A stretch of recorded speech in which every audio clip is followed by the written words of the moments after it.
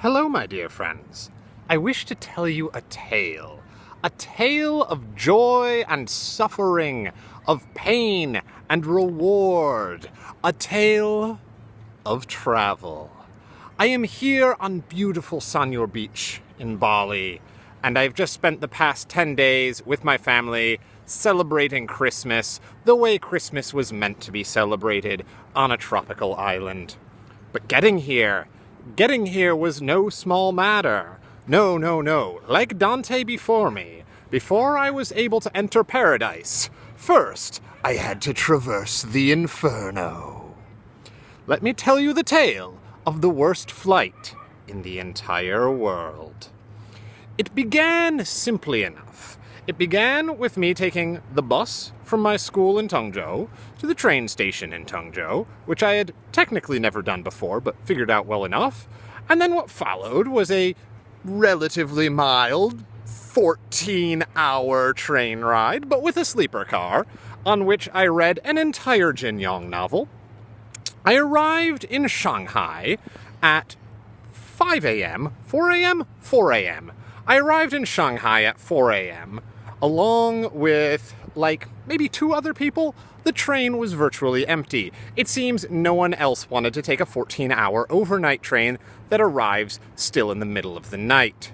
My bunk companion helped me get a taxi from the railway station to the train station, which was very nice of him. So that part went relatively well. Getting through airport security, still fine. All right, so far, we're about 20 hours into our journey, and it's going pretty well. But that would not last. No. The flight was broken into 2 legs. 4 hours from Shanghai to Bangkok, and then another 4 hours from Bangkok to Denpasar. Not too bad, except for the 9-hour delay between them.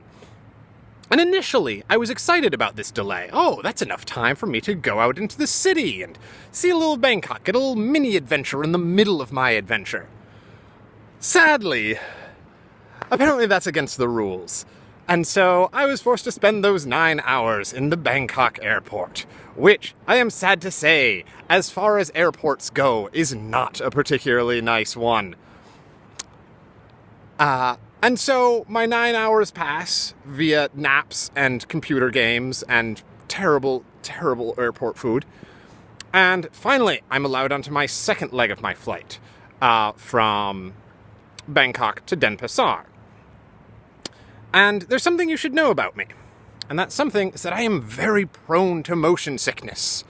And there is something you should know about this plane, is that it was extremely small. And there's something that you should know about the air currents. They were turbulent indeed. And what followed was 4 hours of the hands-down worst physical pain I have ever known in my entire life. I was a full 10 out of 10 on a pain scale, as my body was racked with motion sickness-induced nausea. I spent the majority of the flight curled into as small of a ball as I could fit my body into, alternatively dry heaving, sobbing, and apologizing to everyone around me for how insufferable my company must have been. But finally, after 4 hours of excruciating, and I'm not lying about the sobbing, I was crying. I don't do that very often, but motion sickness brings a tear to my eye. And finally, I arrived in Denpasar at 1:30 in the morning. I'm so weak from motion sickness that I can't really stand. I'm sort of crawling through immigration on my hands and knees while I'm waiting in line. I had booked a hotel for that night that was within walking distance of the airport, so I wouldn't have to deal with taxis or anything like that. Aha, yes, smart, thinking ahead. But, ho-ho, fool that I am, I booked that hotel for the wrong night. Something which I did not figure out until after I had already wandered into someone else's room and taken a shower, and thus encountered this very strange 2:30 conversation of there being a knock at my door. It had like a self-check-in system, so I didn't see my name on the board, so I just kind of took the one room that seemed to be empty. It was a knock at the door, and two German backpackers come and tell me, oh, we think you might be in our room? And I say, I think I probably am. And we sort it out. Management finally appears. There's a brief and unpleasant conversation in which he reveals that I booked my night for my hotel for the night before and not that night. And I thus find myself, after going through my hell flight, without a place to stay in Denpasar. Thankfully, the German fellow whose room that I broke into, after allowing me to put my clothes back on, offered to walk me up to a youth hostel nearby that had 24-hour check-in. And finally, around 3 a.m., I arrived at a place where I could sleep in Denpasar.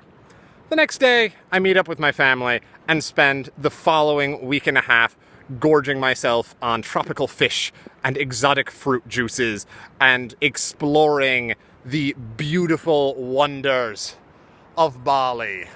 But getting there was not so easy. And that's my story about the worst flight in the entire world.